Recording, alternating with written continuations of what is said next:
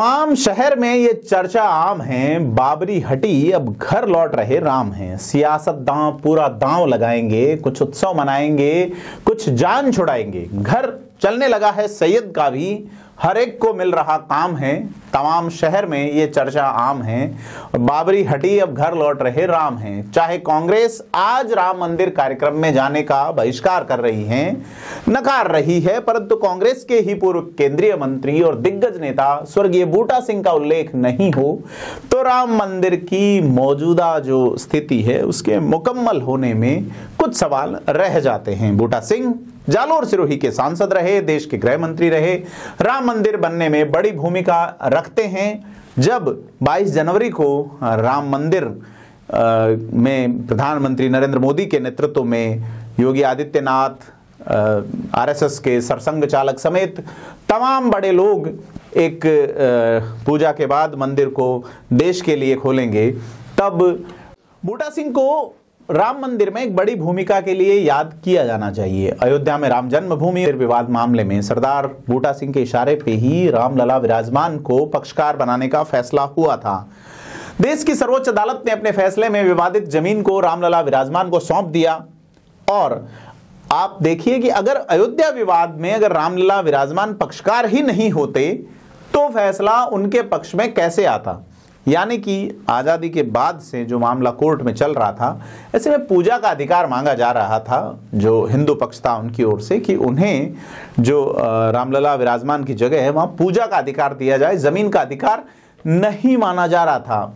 और जब राजीव गांधी की सरकार थी और ताले खुलवाए गए थे, तब रामलला विराजमान को अयोध्या मामले में पक्षकार बनाने के पीछे तत्कालीन राजीव गांधी सरकार में गृह मंत्री रहे सरदार बूटा सिंह की अहम भूमिका थी।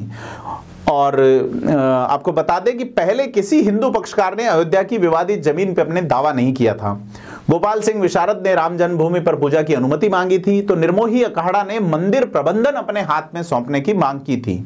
तब बूटा सिंह ने अपनी समझ का इस्तेमाल करते हुए विश्व हिंदू परिषद को चुपके से ही सही एक महत्वपूर्ण सुझाव पहुंचाया। ऐसा माना जाता है कि जब राम मंदिर आंदोलन जोर पकड़ने लगा और तत्कालीन प्रधानमंत्री राजीव गांधी ने विवादित परिसर का ताला खुलवा दिया, तब तत्कालीन गृह मंत्री बूटा सिंह ने ही कांग्रेस की वरिष्ठ नेता शीला दीक्षित के जरिए विश्व हिंदू परिषद के अशोक सिंघल को संदेश भिजवाया था। ऐसा सुनने में आता है कि सरदार बूटा सिंह ने दीक्षित के जरिए सिंघल को बताया कि हिंदू पक्ष की ओर से दाखिल किसी मुकदमे में जमीन का मालिकाना हक नहीं मांगा गया है।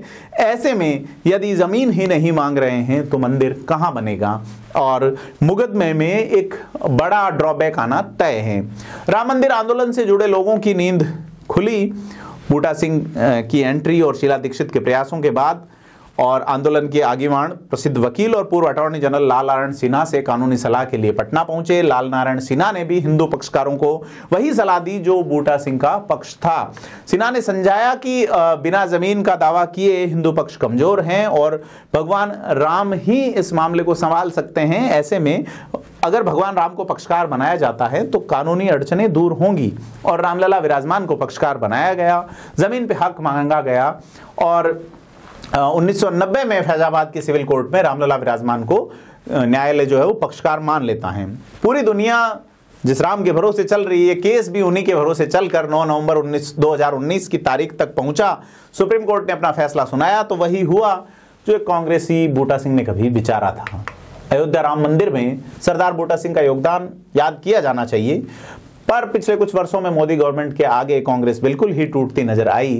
जीतने की हिम्मत दिखाकर हार जाना वैसे कोई बुरा नहीं, पर कोई ढंग से लड़े तो सही। कांग्रेस को इस बात पे गर्व होना चाहिए था, परंतु राजनीतिक विफलता ने बिल्कुल उल्टा कर दिया। राम मंदिर का जो फैसला आया आज हमारे सामने है, परंतु मौजूदा कांग्रेस इसका क्रेडिट लेना तो दूर, जिक्र तक नहीं करना चाहती।